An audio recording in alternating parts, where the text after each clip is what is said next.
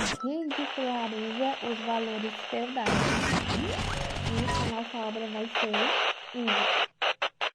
Olá, queridos ouvintes do podcast de Camões da Clarice. Tudo bem com vocês? Eu estou bem e eu espero que todo mundo esteja bem também. Então, hoje a gente vai dar continuidade aos nossos episódios, falando um pouco mais sobre literatura portuguesa. Então, a gente tem hoje a nossa escola literária, que é o arcadismo, e dentro dessa escola literária a gente vai ter uma obra muito importante do autor Antônio Diniz da Cruz e Silva. E a nossa obra vai ser o Ísope. Mas, primeiro, vamos falar um pouco mais sobre a escola literária do arcadismo, né?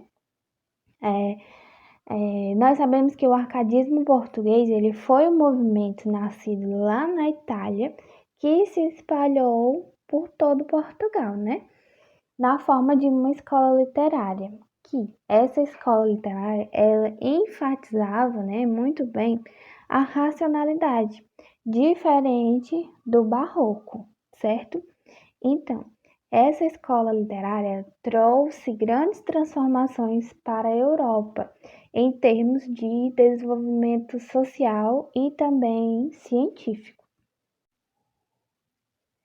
Uma das grandes características do arcadismo português era a valorização da vida no campo e a abominação em relação às vivências nos centros urbanos.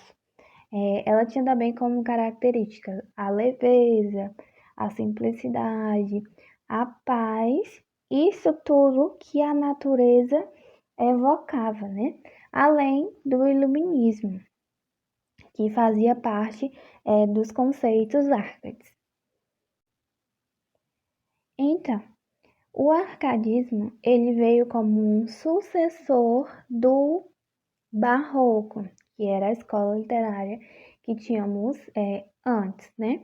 Então, o arcadismo ele buscava a separação dos caminhos religiosos em seu movimento e também tinha de volta o homem como o centro do mundo, certo?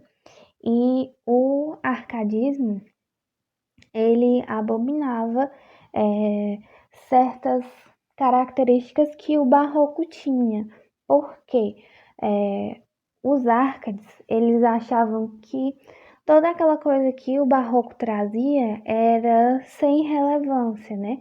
Eram grandes extravagâncias e grandes exageros. Então, acredita-se que o arcadismo em Portugal ele teve um surgimento atrelado ao equilíbrio que faltava naquela época. Isso porque os movimentos literários que vieram antes do arcadismo, né, anteriormente, eles tinham como característica vigente o exagero de certas coisas, né, e também a extravagância. Já o arcadismo, não, ele abominava isso aí. E outras escolas literárias que vieram após o arcadismo, elas também acompanharam esses preceitos, né? Isso com o objetivo de trazer novas vias de pensamentos que auxiliassem o desenvolvimento social do homem e que abrisse novos horizontes para ele, visando o próprio progresso intelectual do homem. Então, conhecemos um pouco mais sobre o arcadismo, né? Sobre a escola literária e sobre as suas características, a gente pode conhecer um pouco mais sobre o nosso autor. Então, como eu já havia mencionado antes, o nome dele é Antônio Diniz da Cruz e Silva, mais conhecido apenas como Cruz e Silva.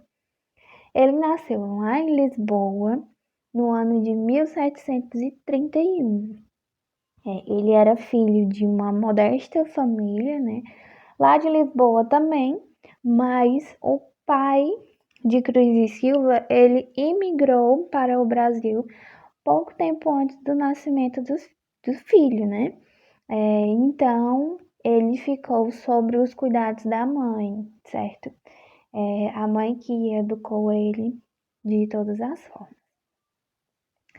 Então, o Antônio Diniz, ele estudou latim e filosofia no Colégio dos Oratorianos, em 1747. Logo após isso, ele entrou para a Universidade de Coimbra, onde ele estudou direito. Nessa altura, ele já tinha alguns primeiros escritos, que eram poemas. Então, o Cruz e Silva, nosso autor de hoje, ele era um poeta do neoclassicismo. Então, em 1756, lá em Lisboa também, juntamente com outros 2 bacharéis em Direito, ele fundou a Arcádia Lusitana, certo? Então, o que era essa Arcádia Lusitana? A Arcádia Lusitana, né, era um designativo da Academia de Belas Artes, criada lá por volta do ano de 1756.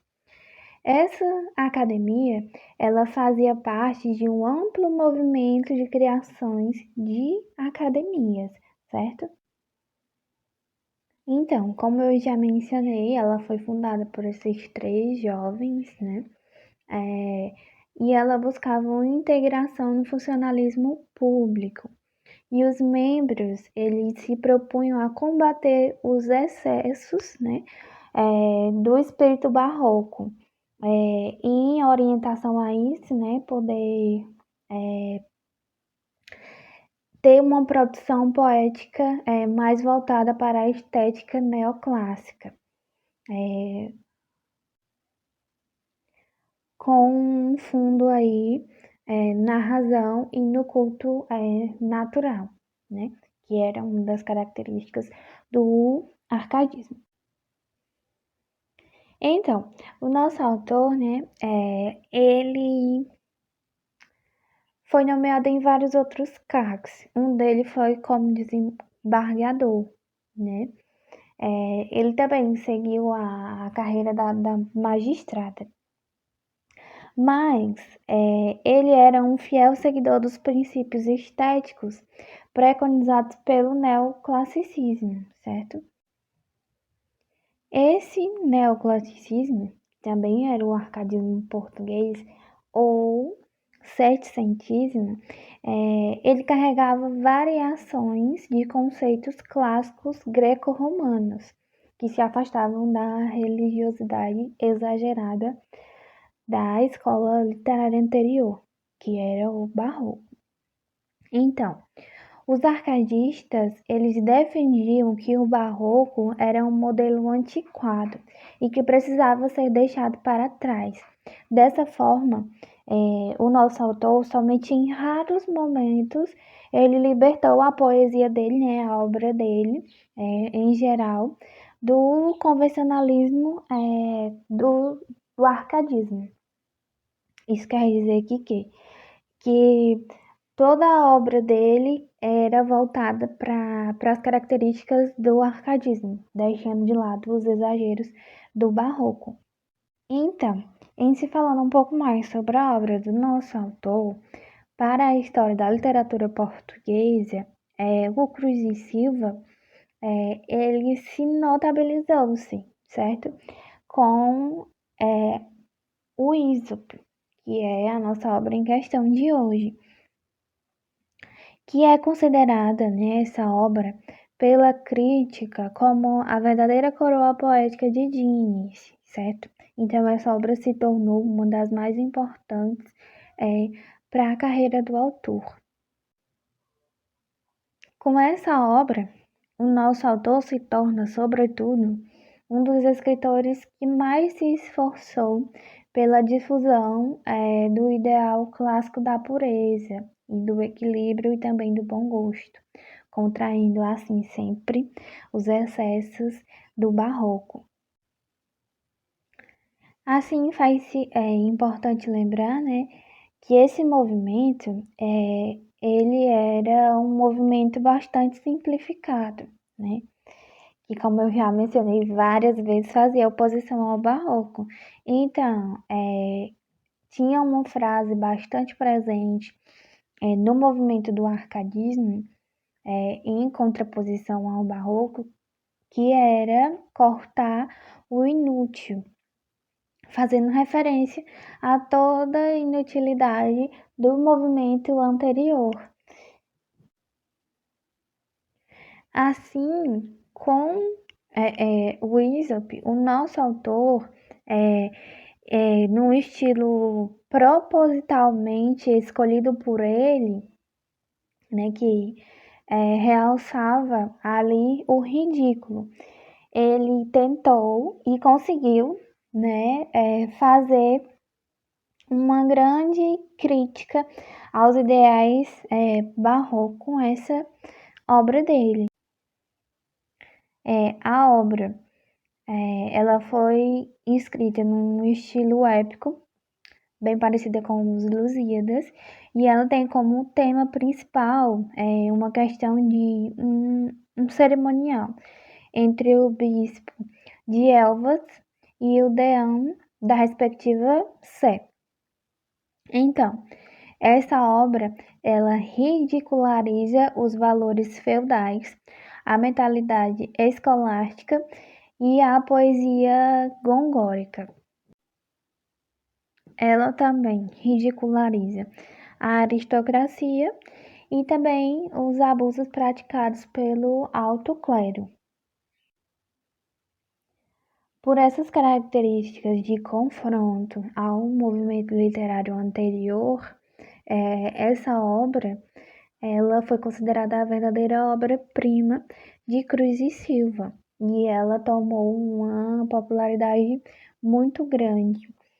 Tanto que ela foi traduzida para o francês, para o inglês e também para o alemão.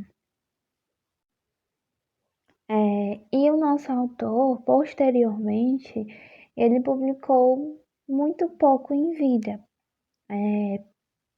Ele publicou apenas 4 hinos, 3 idílios, 2 odes e um ditirambo. E teve algumas obras também publicadas após a sua morte.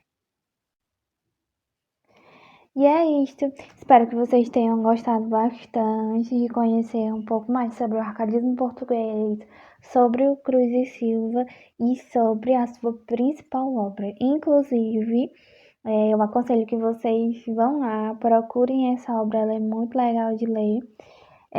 Faz com que a gente conheça um pouco mais sobre os movimentos daquela época e que a gente se sinta interessada. E é isso.